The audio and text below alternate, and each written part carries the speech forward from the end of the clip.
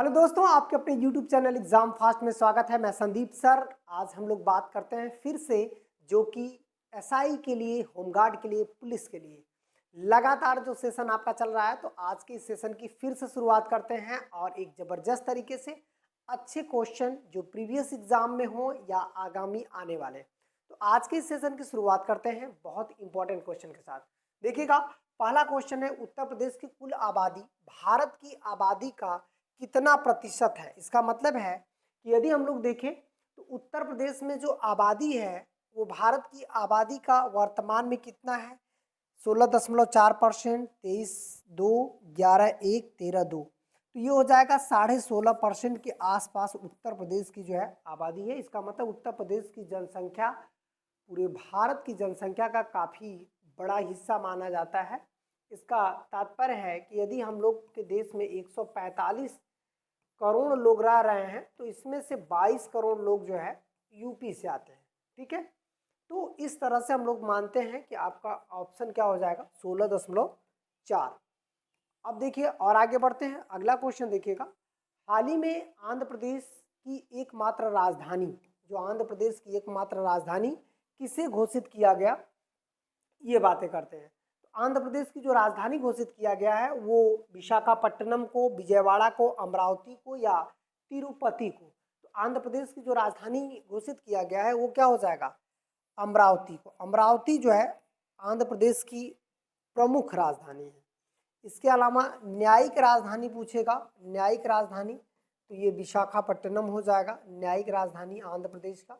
लेकिन मुख्य राजधानी कौन सी है, अमरावती है। ठीक है, चलिए, क्योंकि वहाँ हाई कोर्ट बन रहा है इस वजह से इसको हम लोग न्यायिक राजधानी कर सकते हैं। जून 2024 में आईसीसी T20 विश्व कप फाइनल में भारत ने किस टीम को हराकर जो है ये फाइनल का खिताब जीता। तो याद रखना है कि जैसे T20 अभी चल रहा है, 2026 में चल रहा है, तो जब भी 2026 में चलेगा तो अभी T20 चल रहा है, तो जो फाइनल है ये अभी नहीं पूछेगा। ज़्यादातर विश्व कप का फाइनल 2-3 शिफ्ट पीछे का पूछता है। तो यदि हम लोग 2024 में बात करें तो भारत ने ही विश्व फाइनल जीता था, लेकिन इस फाइनल में भारत ने जो है किसे हराया था, तो दक्षिण अफ्रीका को हराकर ये फाइनल जीता है। ये किसको हराकर ये फाइनल जीता था, दक्षिण अफ्रीका को हराकर ये फाइनल जीता है।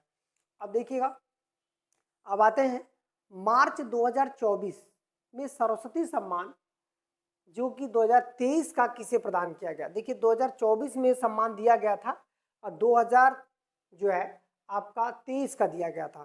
तो ये हो जाएगा प्रभा वर्मा और पाउलुरी सुब्बाराव, ग्रीष्मा कुठार या शिव शंकरी।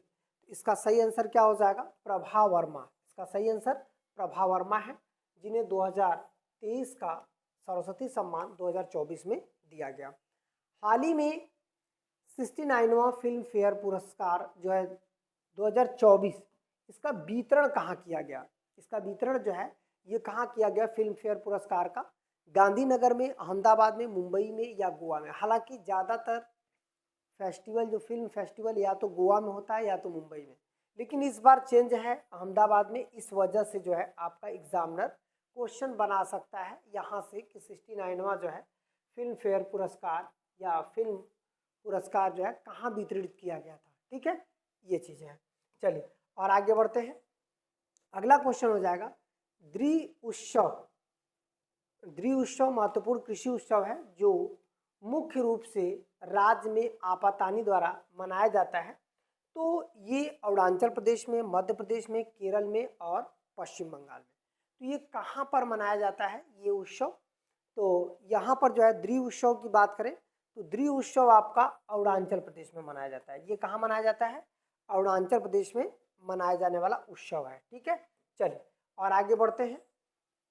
अगला देखिएगा, भारत के इनमें से किस राज्य में साजो त्यौहार मनाया जाता है। मतलब भारत का इसमें से एक ऐसा राज्य है जहाँ पे साजो त्यौहार मनाया जाता है। तेलंगाना में मनाया जाता है, झारखंड में, हिमाचल प्रदेश में। कौन सा त्यौहार मनाया जाता है, साजो त्यौहार। इतना ध्यान रखिएगा, साजो त्यौहार जो है मनाया जाता है। ये कहाँ मनाया जाता है, तेलंगाना में, झारखंड में, हिमाचल प्रदेश में या कर्नाटक में। तो इसका मतलब है जो साजो त्यौहार है वो कहाँ मनाया जाता है, हिमाचल प्रदेश में मनाया जाने वाला एक प्रमुख त्यौहार है। ठीक है, 7 जो त्यौहार। अब देखिएगा पाउल कट, पाउल कट राज्य द्वारा मनाए जाने वाला त्योहारों में सबसे बड़ा त्यौहार है। जो पाउल कट जो त्यौहार है वो कहाँ पर मनाया जाता है? मेघालय में, केरल में, गोवा में, मिजोरम में। तो इसका सही आंसर क्या हो जाएगा? मेघालय। इसका सही आंसर पाउल कट कहाँ पे मनाया जाता है? मेघालय में मनाया जाने वाला एक त्योहार है पाउल कट। ठीक है, चलिए और आगे बढ़ते हैं। आगे देखिएगा, जब मधुमक्खियां और तितलियां फूलों पर बैठती हैं तो पुष्पों को किस प्रकार को सीधे तौर से क्या होता है? सहायता करता है। तो ये सब जो है फूलों पर किस लिए बैठती हैं?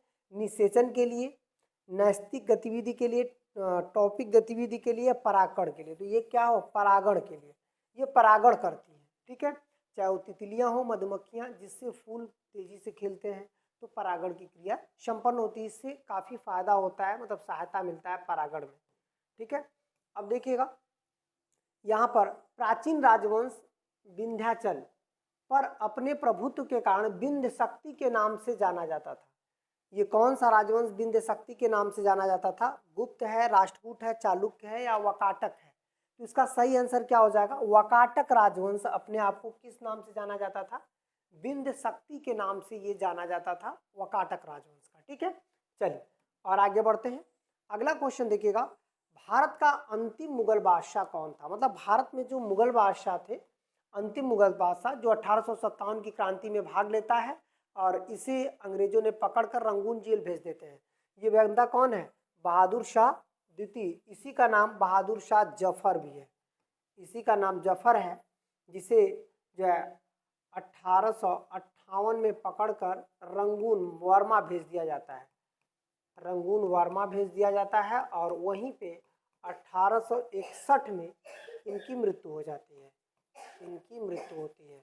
तो इसका मतलब है कि इस तरह से हम लोग बात करेंगे। ठीक है, चलिए और आगे बढ़ते हैं, और आगे बढ़ते हैं। भारतीय सेना द्वारा आज़ाद कराने के लिए पहले गोवा को जो है किससे आज़ाद कराया गया था? जैसे भारतीय सेना ने जो आज़ाद कराया गोवा को, ये किससे आज़ाद कराया? फ्रांसीसियों से आज़ाद कराया। दरअसल ये आज़ाद कराया 1961 में, 1961 में।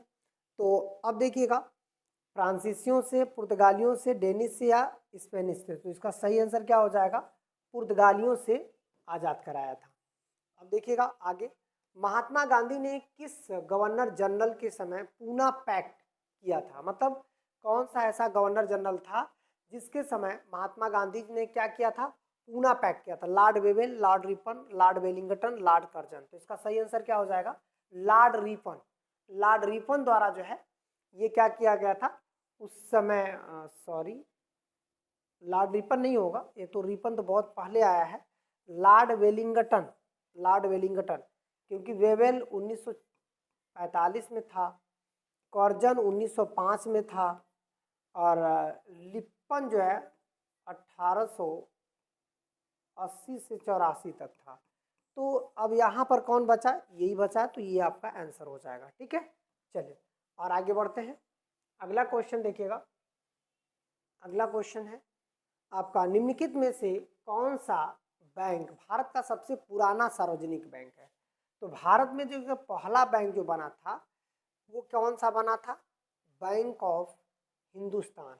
ये देखिएगा, बैंक ऑफ हिंदुस्तान। तो इसमें तो वो बैंक है नहीं, बैंक ऑफ हिंदुस्तान। ये 1771 70 में ही बन चुका था, 74 में बंद हो गया, 1774 जाते जाते ये बंद हो गया। ठीक है, और फिर दूसरा बैंक बना बैंक इलाहाबाद बैंक। ठीक है, पूर्णतः भारत में बनने वाला बैंक कौन था? पीएनबी बैंक, ये बना था, पूर्णतः भारत का पहला बैंक हो जाएगा। ठीक है, ये हो गया। फिर इसके बाद और आगे बढ़ते हैं, नीली क्रांति किससे संबंधित है? तो नीली क्रांति जो है वो किससे संबंधित है? कृषि से, मत्स्य पालन, दूध से। तो इसका सही आंसर हो जाएगा मत्स्य पालन से संबंधित है। कौन? नीली क्रांति। अब एग्रीकल्चर से कौन संबंधित है? हरित क्रांति है। दूध से कौन सी है? श्वेत क्रांति है। ठीक है, ये चीजें हो जाएगी। बर्लिन किस देश की राजधानी है? तो बर्लिन आप सामान्य ध्यान देंगे तो जर्मनी की राजधानी कहाँ पे है? बर्लिन है। ठीक है, चलिए और आगे बढ़ते हैं। अगला देखिएगा, गोदावरी नदी का उद्गम स्थल किस राज्य से है? तो गोदावरी नदी कहाँ से निकलती है? तो गोदावरी नदी मध्य प्रदेश से, छत्तीसगढ़ से, महाराष्ट्र से या उड़ीसा से। याद रखिएगा, जो गोदावरी नदी है प्रायद्वीपीय भारत की सबसे लंबी नदी है। प्रायद्वीपीय भारत की सबसे लंबी नदी, सबसे लंबी नदी है। इन्हें दक्षिण की गंगा बोला जाता है, दक्षिण की गंगा बोला जाता है। इन्हें बूढ़ी गंगा भी कहा जाता है, इन्हें बूढ़ी गंगा, दक्षिण की गंगा, ये सभी बोला जाता है। ठीक है, चलिए, तो ये महाराष्ट्र से निकलती है, त्र्यंबकेश्वर पहाड़ी से। अब देखिएगा, 2011 की जनगणना के अनुसार सबसे अधिक निरक्षरता वाला राज्य कौन सा है? मतलब अशिक्षित राज्य, बिहार, मध्य प्रदेश, उड़ीसा, उत्तर प्रदेश। तो इसका सही आंसर क्या हो जाएगा कि सबसे अधिक असाक्षरता वाला राज्य क्या है, मतलब निरक्षरता वाला राज्य, ये हो जाएगा बिहार। और सबसे अधिक साक्षर राज्य कौन सा है? केरल है, केरल। ठीक है, केरल सबसे अधिक साक्षर है और सबसे अधिक असाक्षरता बिहार का। बहू बेगम का मकबरा उत्तर प्रदेश में कहाँ स्थित है? तो बहू बेगम का मकबरा यदि देखा जाए तो वर्तमान में उत्तर प्रदेश का अयोध्या में है। तो अयोध्या जो है पुराना नाम क्या है? फैजाबाद। इसका मतलब है कि ये बहू बेगम का मकबरा कहाँ पे है? फैजाबाद में है। तो बहू बेगम का मकबरा फैजाबाद में स्थित है। ठीक है, चलिए और आगे बढ़ते हैं। यहाँ पर देखिएगा, निम्न में से किस लोक नृत्य का आयोजन बुंदेलखंड क्षेत्र में फसल की कटाई में किया जाता है? तो ये देखिएगा, बुंदेलखंड क्षेत्र में फसल की कटाई में कौन सा नृत्य किया जाता है? कर्मा नृत्य, ये सोनभद्र में होता है, सोनभद्र से झारखंड तक। छोलिया नृत्य, ये भी इधर ही होता है। चारकुला नृत्य ब्रज क्षेत्र में होता है। और सैरा नृत्य ये बुंदेलखंड में होता है, बुंदेलखंड में। तो इसका सही आंसर सैरा नृत्य हो जाएगा। ठीक है, चलिए और आगे बढ़ते हैं। अगला देखिएगा, निम्नलिखित में से उत्तर प्रदेश के किस शहर में भारतीय प्रौद्योगिकी संस्थान अवस्थित है? मतलब एक आईआईटी केंद्र है। प्रौद्योगिकी संस्थान किसको बोलते हैं? आईआईटी केंद्र को। ठीक है, आईआईटी केंद्र।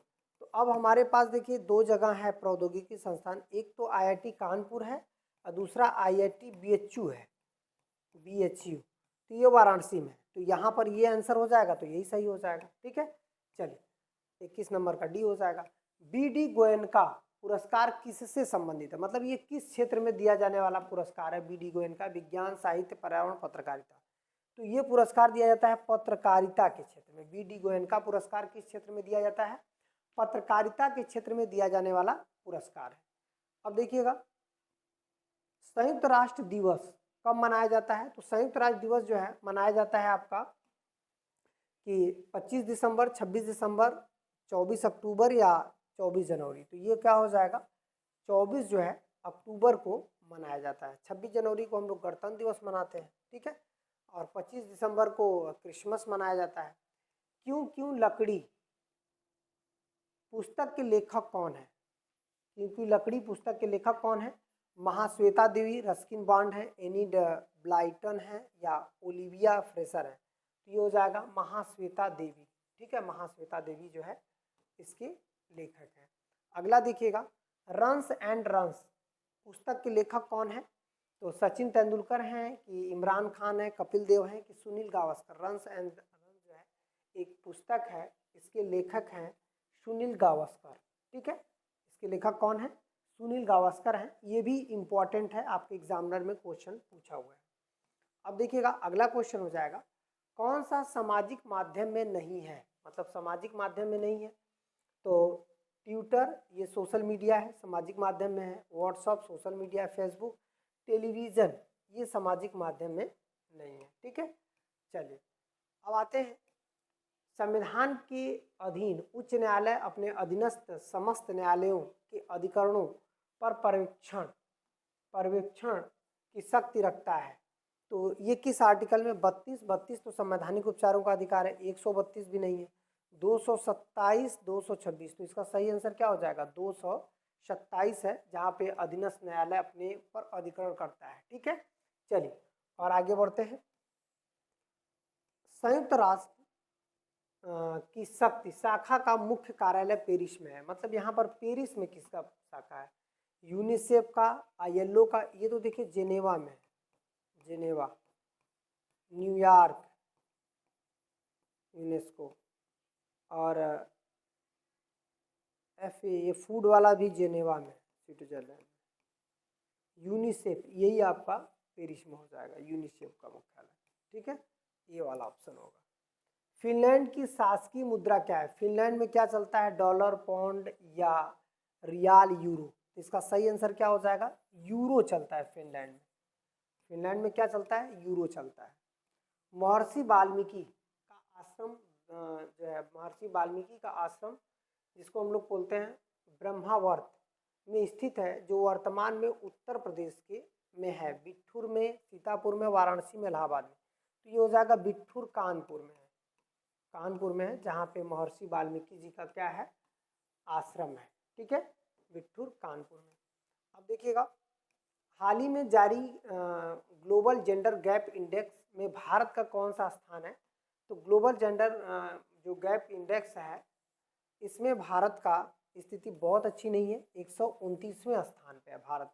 इस रिपोर्ट के अनुसार भारत किस स्थान पे? 129वें स्थान पे है। ठीक है, चलिए और आगे बढ़ते हैं। आईपीएल 2024 का खिताब कोलकाता ने नाइट राइडर्स को हराकर किससे जीता था? तो ये तो कोलकाता जो है खुद नाइट राइडर विजेता बना, लेकिन ये किसको हराया था? ये हराया था राजस्थान रॉयल्स को, पंजाब किंग्स को, चेन्नई सुपर किंग को, या जो है सनराइजर हैदराबाद को। तो इसका सही आंसर क्या हो जाएगा? सनराइजर हैदराबाद को ये हराया था। ठीक है, चलिए और आगे बढ़ते हैं। मार्च 2024 में चमेली देवी जैन पुरस्कार 2024 का किसे दिया गया? चमेली देवी जैन पुरस्कार ये अल्पना किलावाला को, ग्रीष्मा कुठार को, वेलायन सुवैया को, या वेणु श्रीनिवासन को? तो ग्रीष्मा कुठार को दिया गया था। ठीक है, ये चमेली देवी पुरस्कार। चलिए और आगे बढ़ते हैं।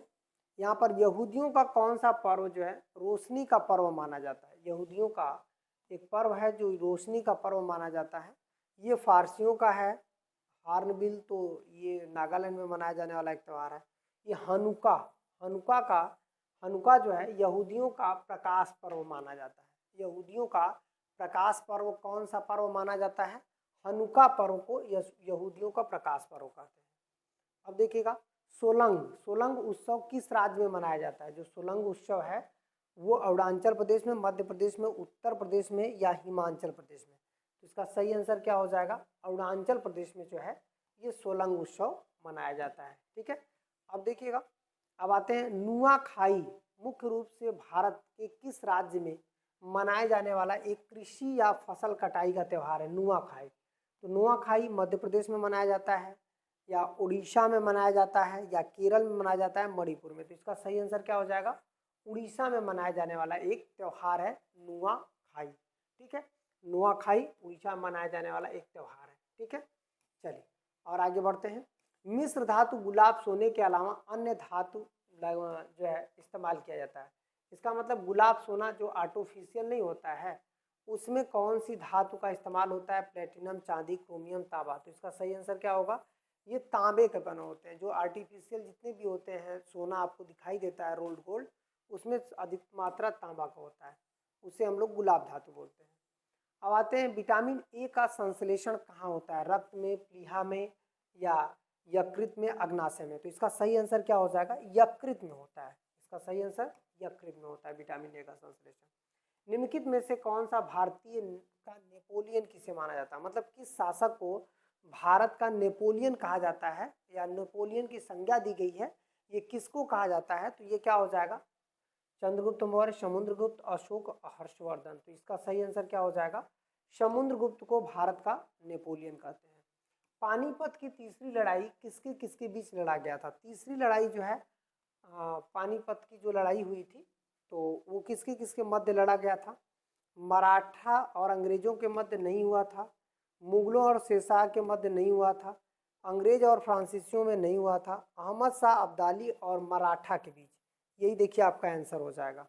अहमद शाह अब्दाली और मराठा के बीच जो है कब हुआ था?